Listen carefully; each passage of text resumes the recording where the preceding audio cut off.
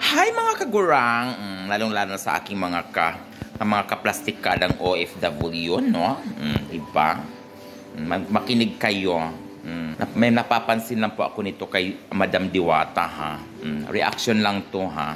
Baka naman may mga bashers na naman ako dyan. Hindi na maganda yung ginagawa mo dyan, Madam Diwata. Ikaw na lang ba ang anak ng Diyos? Ha? Aba? Ikaw na lang yung binibigyan ng mga milyon-milyon sa mga vloggers dyan? Naku, wag ka naman ganyan. Pamahagi mo naman sa amin yung mga milyones mo dyan, mga binibigay sa mga vlogger. Kami rin na tao rin naman kami, ah. Bakit? Matuto ka naman tumanggi. Anyway, talagang napakaswerte talaga ni Ma'am Diwata, no? Pero talagang, yun naman talaga. Ganyan naman talaga ang swerte, diba? So, baka bukas swertihin din tayo.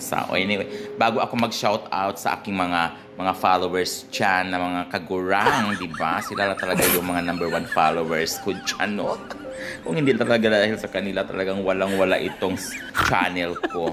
Bagsak na, of course. Mga Tagaluok.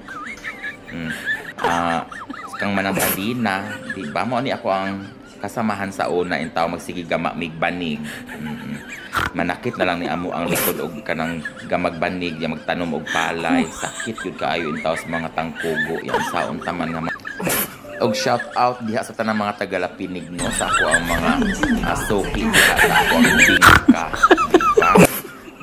Very soon magbingka na pugpug ako ang suroy diha, diba? May nagmahalin niya ako ang bingka, uy.